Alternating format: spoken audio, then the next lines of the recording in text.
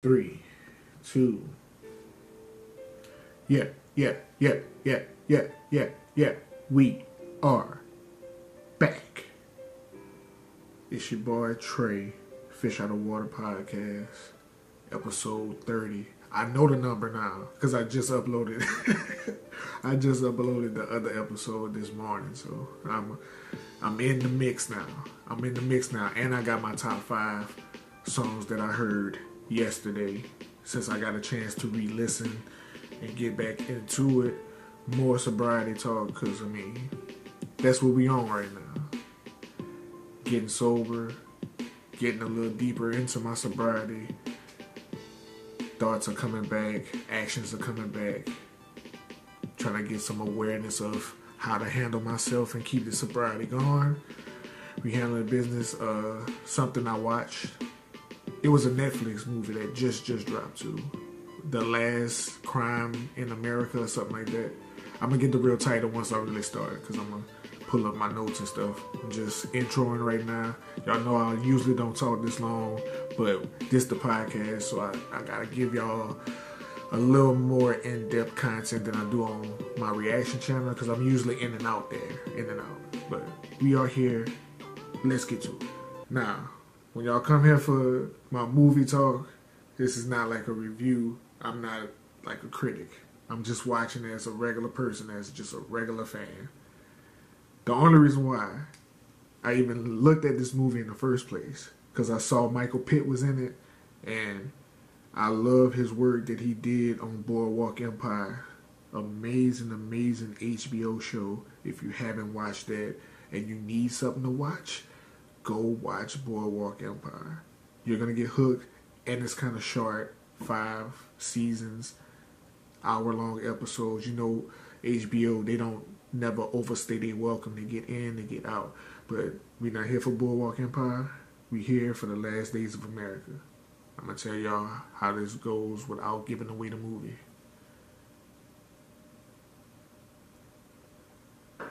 Okay, let me think. I'm trying to get it together. It's based as a Romeo and Juliet type of, Bonnie and Clyde type of story.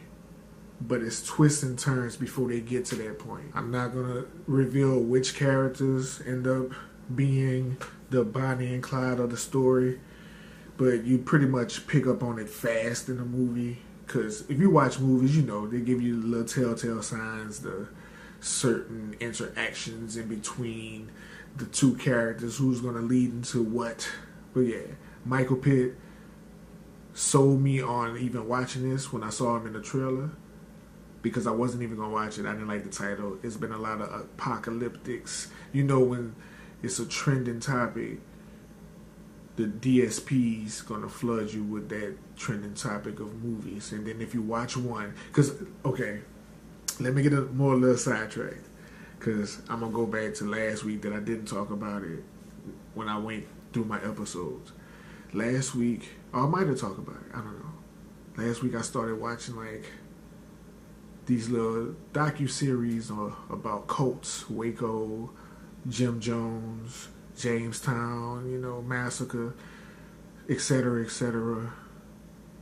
And once I started doing it was like so much crime shows. It's like I had to get off of Hulu because it was just recommending me straight crime, twisted pedophile stuff, and it's like, okay, I can't keep watching this. It was interesting at first, but now it's getting a little bit to be way too much. But Last Days of America, if I had to describe it without giving it away, it's like a action, drama, romance. You get all of that in a lot, especially the action.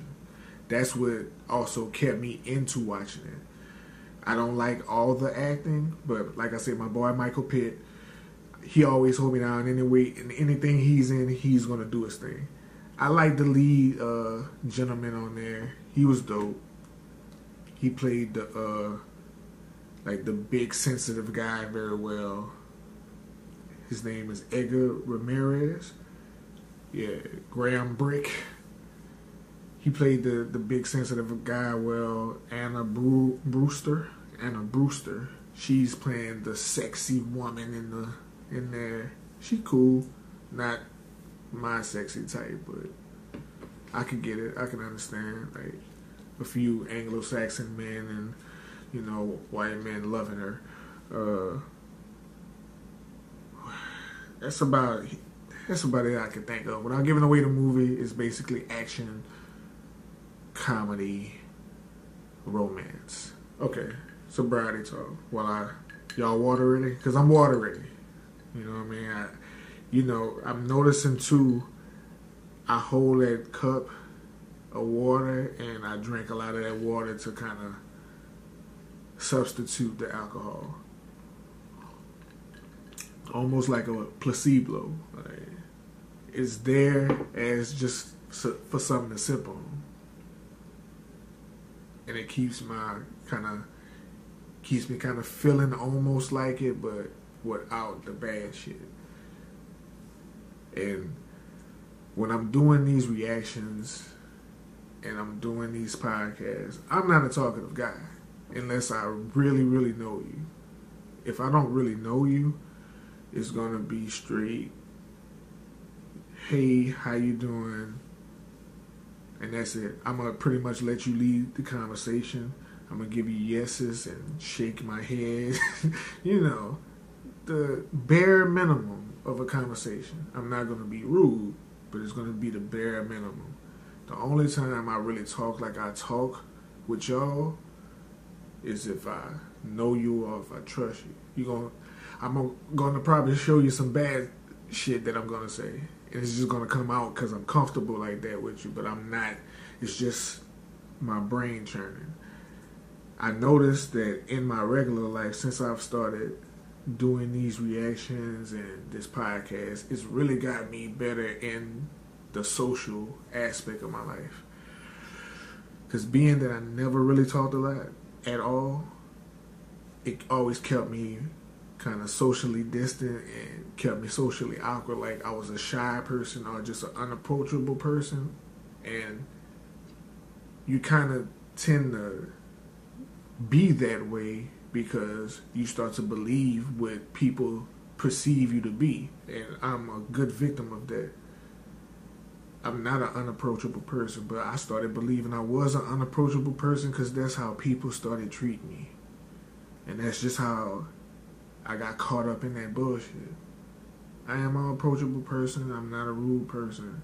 But I turned into that because I just started believing it.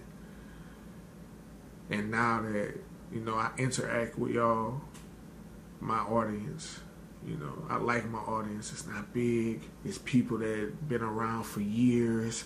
We got pretty much similar musical tastes. And if we don't have similar musical tastes, the one thing that we do have is that extra love for music. We different with our love. We kind of we the bugaboos. I want to hear music all the time. Even when I don't want to hear music. When I don't want to sit in front of that camera and record, I'm still sitting down listening to music. And I realize that it's been many times where I've edited videos. I'm by myself. My kids are not with me. I could be watching a movie, chilling out, laid up, eating a snack or something. I am sitting down on my phone, going through something. That's just literally my life at this point. Like before this, but now since I actually record and do reactions and do podcasts for a living, I literally don't do nothing else but listen to music all day, unless I just shut it down. See, schedule changing kind of switched me up too, being that my kids move a little further, I work different hours, and I don't have the real transportation to get to them where they stay at every day. It just would be possible. It would be super impossible. I'd be spending way too much money to do that. She would be spending way too much money to do that. So now my 2 days of shutting off is Saturday and Sunday. Because that's when I don't have nothing to do. I can literally sit down and do nothing or sit down and watch a movie. I try to stay away from music because being that this is pretty much a job for me now, I know Monday through Friday I'm going to be listening to music. So I try to unplug from that and unplug from constantly being on social media trying to keep up. Because if you doing some reactions or you doing any kind of content driven thing, you're gonna run out of stuff so fast. Then you're gonna be so lost if you don't have them apps open. You're gonna miss out. But that's all for the sobriety talk, man. I say sobriety talk. And that's nothing. I gotta start really kind of pronunciating my words when I speak because I have such a lower tone. If I try to speak high, like if I try to speak up, I'm gonna be too loud, and I gotta find that perfect pitch without sounding mush mouth because I also have very big lips. So my lips do stick together, you know. I do smoke marijuana, so cotton mouth. That's another reason why the water also works. I try to use Carmex and stuff like that, but I don't be wanting my lips to be shiny, because it's gonna be shiny on my lips because they're big. It's gonna be that way, period. But that's it for sobriety talk, man. Just noticing that my social, like, the way I interact with people is a lot different now since I started this channel. I was a very, very closed off individual. But now, like, I notice people approaching me differently. I'm guessing because my vibe kind of changed. I don't seem as angry, I can tell. I got a little more calm to me. Just because I'm at a point where it's like, I'm tired. You know what I mean? I'm tired of being, like, depressed, mad, and angry. Just live this shit and leave something for your kids. Okay, top 5 songs I heard, 5, 16, 20. I've been doing a lot of Mike, a lot of MSG, a lot of UFO. My boy Michael Henry hooked me up with a nice list, nice donation. I appreciate that. Desert Storm. I really enjoy the bars on here. Really enjoy the vocals on here. Really enjoy everything about this song. That's probably the song I replayed the most. My Buddy Valentine. Sometimes. A band that came out of nowhere with this one for me because I wouldn't say I never liked their music. They had songs that were always good to me, but never got my attention like this one did.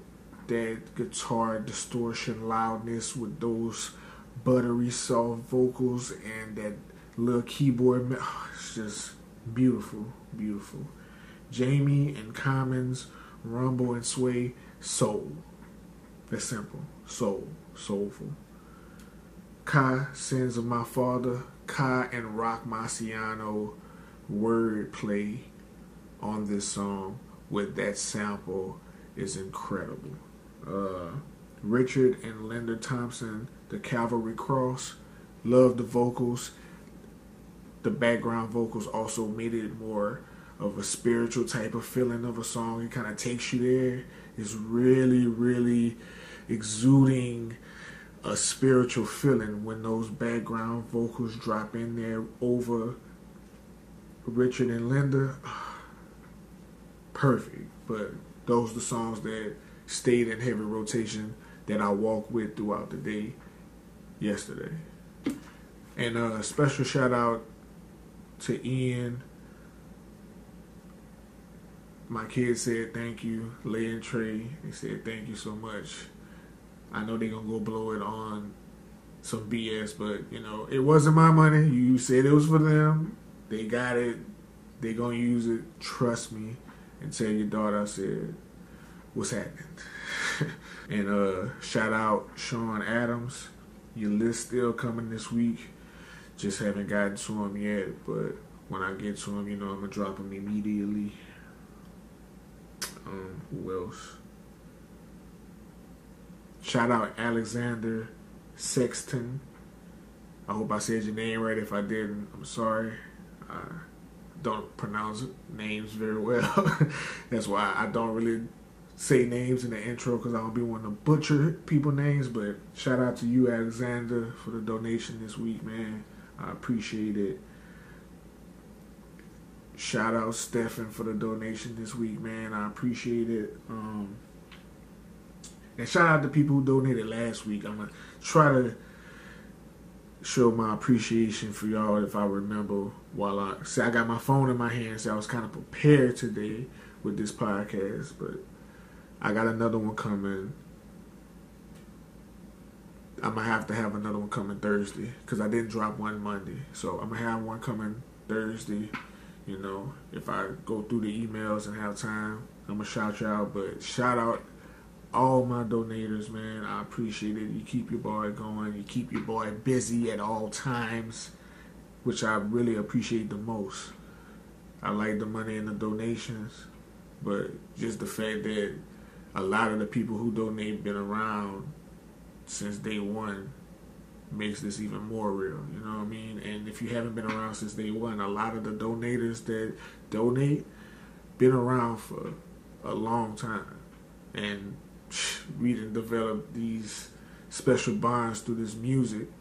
I really feel like I created something that brings people together in a real way without having to feel inferior or feel like, I feel like we all learning something whenever we listening to a new song, or we all getting a new vibe. Like, we all catching that feeling. It's that feeling. It's that unexplainable feeling. I can't describe it, but the people who subscribe to this channel, they know exactly what I'm talking about. They know exactly what I'm talking about. So I appreciate all the love. Thank y'all. Till next time. Peace.